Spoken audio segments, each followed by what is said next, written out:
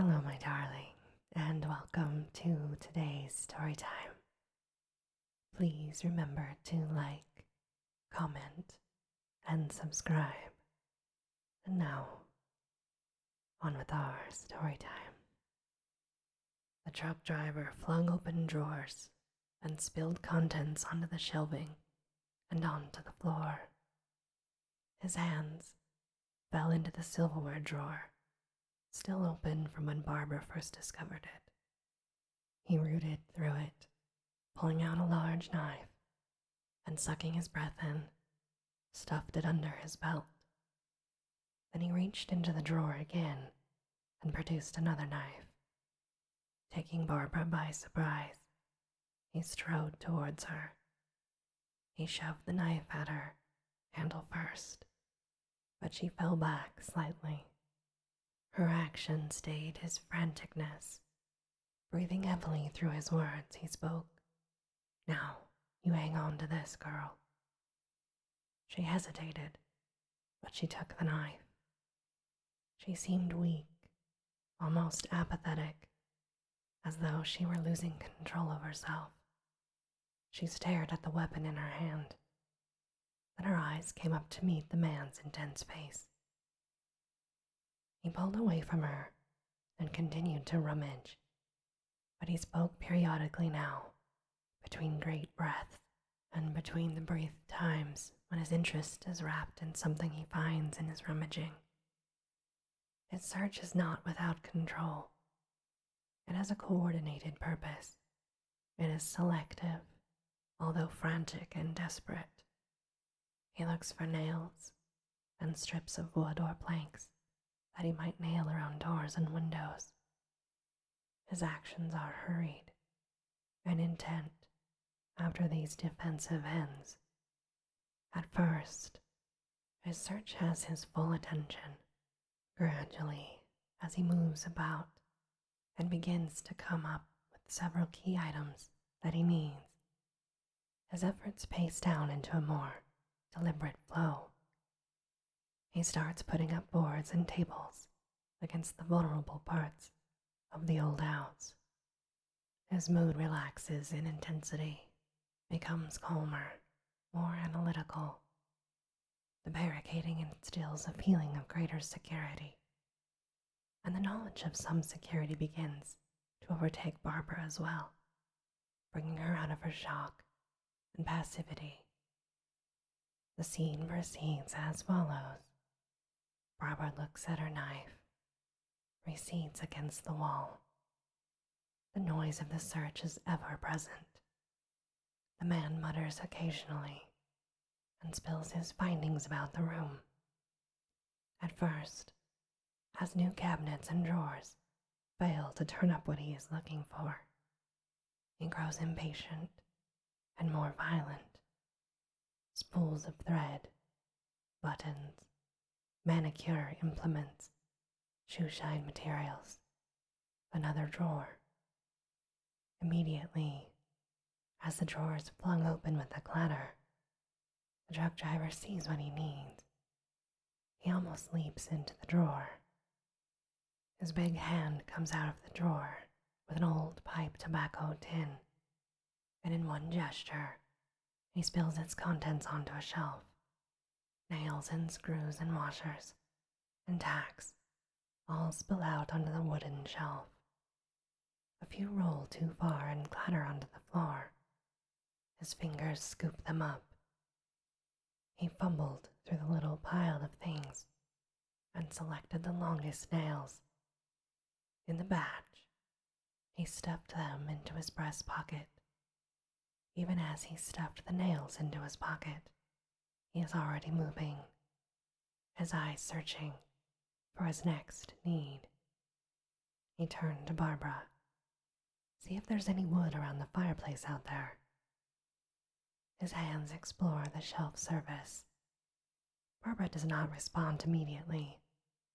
His impetus carries him towards another shelf, but in turning, he notices that Barbara is still standing there, still motionless. "Look, girl." His voice is angry at first, but he stopped himself. Then he spoke still frantically, but with less harshness. You're scared. I'm scared. I'm scared too. Just like you now. He composed himself even more. We ain't gonna be worth a plug nickel if we don't do something, okay? I'm gonna board up these doors and windows, but you gotta pitch in. We gotta help ourselves because there ain't nobody around to help us. And we're gonna be alright, okay? Now, I want you to scamper out there and see if there's any wood in that fireplace. He stopped, still breathing hard. Barbara just looks at him. She started to move very slowly, away from the wall. Are you okay? He asked. Barbara is still for a long moment, but then nods her head weakly. Barbara left the room, and he continued his search. She moved quickly into the living room area. The darkness stopped her for an instant, slowing her pace. From the kitchen came the clattering sounds of the man's search. She looked ahead. The white curtains on the windows seemed to glow, and every shadow seemed suspect. Barbara shuddered. On a table there was a large bowl with rounded flowers. A breeze caused them to stir and sync with the sounds from the kitchen. The effect startled Barbara. She dove for a table lamp, clicked it on, and a dull illumination filled the room. But the room is empty. She started slowly towards the fireplace. Near it, she saw a stack of logwood and a few planks that might be large enough to nail across the windows. Still clutching her knife, she bent over the pile and gathered up the planking. She stood with her awkward load, and the foreboding room faced her again, stopping her. She bolted and hurried towards the kitchen. Bursting through the door, she found the big man pounding with his jack handle at the hinges on a tall broom closet door. One final swipe, and a great yank freed the wooden door, and the man stood it against the wall next to the broom closet. In the recesses of the closet, the man spotted other useful items and pulled them out. An ironing board, 3 center boards from a dining table, and some old scrap lumber. He motioned for Barbara to follow as he grabbed the closet door and moved to the back door of the house, which he had previously bolted against the creatures outside. He slapped the closet door up against the paned portion of the kitchen window and found that with this same piece he could cover the entire kitchen window. He leaned against the piece of wood and groped in his pocket for nails. The door started to slip slightly. It does not completely cover the adjoining window, but it leaves slots of glass at the top and bottom. However, it does cover the glass part of the entrance. Barbara drops her burden and moves swiftly, helping the man by holding an end of the barrier in position. The truck driver accepts her help automatically, without recognition, and gives the barricade a cursory inspection as he determines where to place his nails. Pulling several nails from his pocket, he placed them and drove them in with his jack handle. He drove 2 on through the door and the molding until they grabbed, then moved onto her side and drove 2 more. When 4 were in, he whacked at them with the jack handle until they were completely sunken. Then he began to add more. Then he started to dock. The first decisive steps had been taken. Quite a lot of relief came with it. Most of the house was still vulnerable, but the measures taken have instilled his confidence. While he talks, though, he keeps working rapidly, his pace as intense as ever. He spoke. There, this ought to hamper their crimper. They can't. They're not that strong there. 2 more nails in position driven to the molding. He tested the barricading wood with 2 good yanks, but it held. He spoke again. They ain't coming through that. He drove the last 2 nails in all the way. Gotta figure out how many more nails we have. He sees the parts of the windows that remain uncovered. I'll leave that for now, but we'll fix the rest, he said. He turned quickly from the barricade and looked around the room. No other doors or windows, except the door leading to the living room. Well, he said, this place is fairly secure. He examined planks and table extensions. Now if we have to... But Barbara just stood and watched him. If we have to, he continued, we just run in here. And no dragging now or fussing with your makeup, or I leave you out there. We run in here and we board up the door. The door between the kitchen and living room has been open this whole time. The big man closed it, tested it, and shut it tight. He opened it again. He quickly chose several of the lumber strips and stood them against the door frame. He groped in his pocket and noticed that his supply of nails was dwindling. He checked the pile, sprinkled from the can. He emptied the can completely and fingered the contents for all of the longest nails. He tossed just these back into the can. He handed the can to Barbara. You hold on to these. This time she reacted quickly and took the tobacco tin from his big hand. As she did, the man gathered as much of the lumber as he could into his arms and started out of the room. Barbara followed. They entered the living room.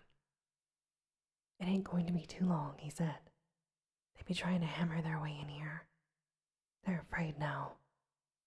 He dropped his load of wood in the middle of the floor and walked over to the largest front window, talking as he moved. They're scared of fire too, I found that out. His eye measured the size of the big windows. He looked all around the room. Finally, his eyes fixed on the large dining table, and he moved quickly towards it, talking as he moved, resuming his train of thought. There must have been 50, 100 of them in Cambria when the news broke. Barbara watched, almost transfixed. At his mention of the number of the creatures, her eyes reflect amazement and frightened curiosity. The man reached the table, walked around it studying its size, and then hoisted one end and turned it onto its side. Bracing it against himself, he heaved on one of the legs and tried to break it free. With a great ripping sound, the table leg was torn off, and the man dropped it onto the rug. He continued talking, punctuation of his remarks with vengeance. I seen this big old gasoline truck, you know, down Beekman's, by Beekman's Diner. I had heard the radio. I got a radio in my truck. He wrenched at the second table leg. It cracked loudly but did not come free. He moved to where his jack handle was lying on the floor. This case-line truck comes screaming out of the diner lot onto the road. Must be 10, 15 of those things chasing it. And it looks funny to me. But I don't see the things running behind it right away. He picked up the jack handle and hammered at the table leg. The second powerful swat freed the leg. He moved on to the third. I just see this big truck, he said. And it looks funny, you know, how slow trucks will start. And it's pulling out onto the road and weaving. Then I see them things. And the truck's moving so slow.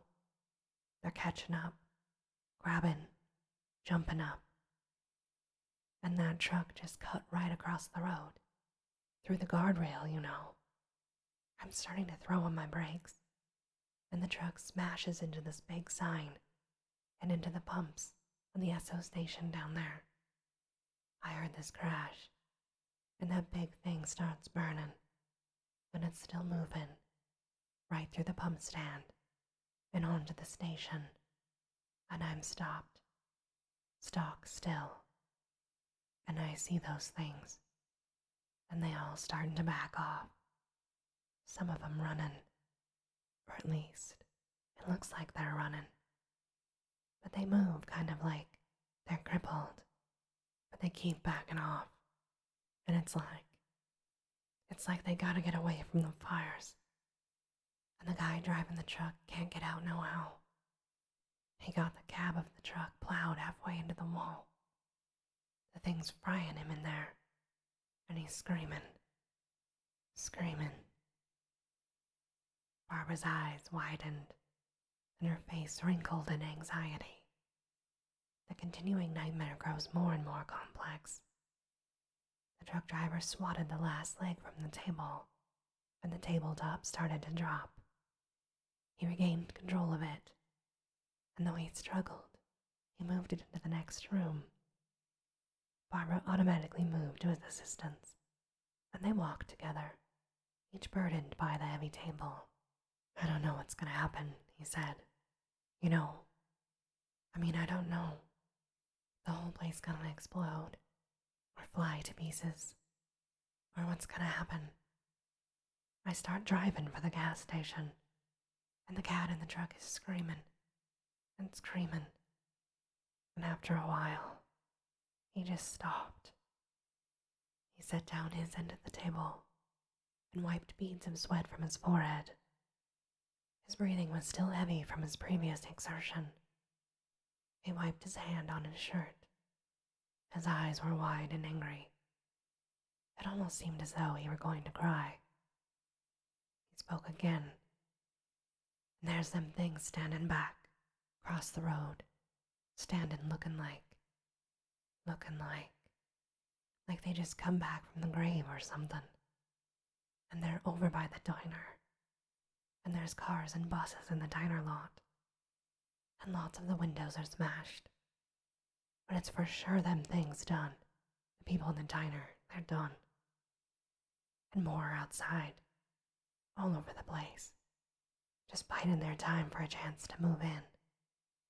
So I start my truck up, and I barrel it right down at some of the things. I'm streaming right down at him." His face grew more intense with this memory, and I get a good look at him. I see him for the first time in my lights, and then I just run right down on him. I just grind down as hard as I can, and I knock a couple of them about 50 feet, flailing into the air, and I just want to smash them, crush them filthy things, and they're just standing there. They ain't running. They ain't even trying to get out of the road. Some of them are even reaching out, as if they can grab me, but they're just standing there, and the truck is running them down like they were bugs or something. Barbara stared at him wide-eyed, stared at him with disgust, her hands still clutched the tabletop, but she said nothing. The man saw her fear and stopped himself. He refocused his attention on the tabletop and started to lift it again. Barbara was practically motionless. As he tugged the table, her hands fell away, and she slowly pulled them against herself. He dragged the table away from her, and she walked numbly behind, having forgotten to assist. She just watched the man's face. He spoke again. I got kids, and I guess they'll do all right. They can take care of themselves. But they're still only kids, and I'm being away and all. And, perspiring heavily, he tugged the twist of the tabletop, trying to fit it through the doorframe into the living room. "I'm just gonna do what I can," he said. "And I'm gonna get back. And I'm gonna see my people. And things are gonna be all right." and I'm gonna get back. I'm gonna get back. He has started to babble now. He saw that Barbara was intently watching him, and he stopped. He composed himself with some effort. His voice came more monotone now, with enforced calm. But he does, beneath his anger, seem as confident as could be expected. He spoke again. Now, you and me are gonna be all right too. We can head 'em things off. I mean, you can just smash them. All you gotta do is keep your head and don't be too afraid. We move faster than they can, and they're awfully weak. And if you don't run and just keep swinging, you can smash them. We're smarter than they are, and we're stronger than they are. We're gonna stop them, okay? Barbara just stared at him. All we gotta do, he said again, is just keep our heads. Barbara stared at him numbly. Who are they? He stopped in his tracks, still supporting the heavy tabletop, and looked with amazement at Barbara's anxious face. Slowly it dawned on him that she has never really been aware of what has been happening. She has not heard the radio announcements, the bulletins. She had been existing in a state of uninformed shock. He looked at her incredulously. You ain't heard nothing? She stared blankly, silently, her eyes fastened on his. Her reply is her silence. He responded, You mean you ain't got no idea about what's going on here? Barbara started to nod her answer. She began to tremble. Her trembling increased. She began to shake violently, and suddenly she flung up her arms and flailed them about, sobbing wildly. She began to walk in panic, wildly and aimlessly, in circles around the room. No, no, no, she said. I can't. What's happening? What's happening to us? Why? What's happening? Tell me. Tell me. The man grabbed her, shaking her to bring her out of it. Her speech, still nearly hysterical, became a little more coherent. We were in the cemetery, she said. Me and Johnny, my brother Johnny. We brought flowers for this, and this man came after me. Johnny, he fought, and now he's... The truck driver stopped her. All right. It's all right. He tightened his grip, but she wrenched against him. Get your hands off me. She flung herself away from him, beating him across the chest, taking him by surprise.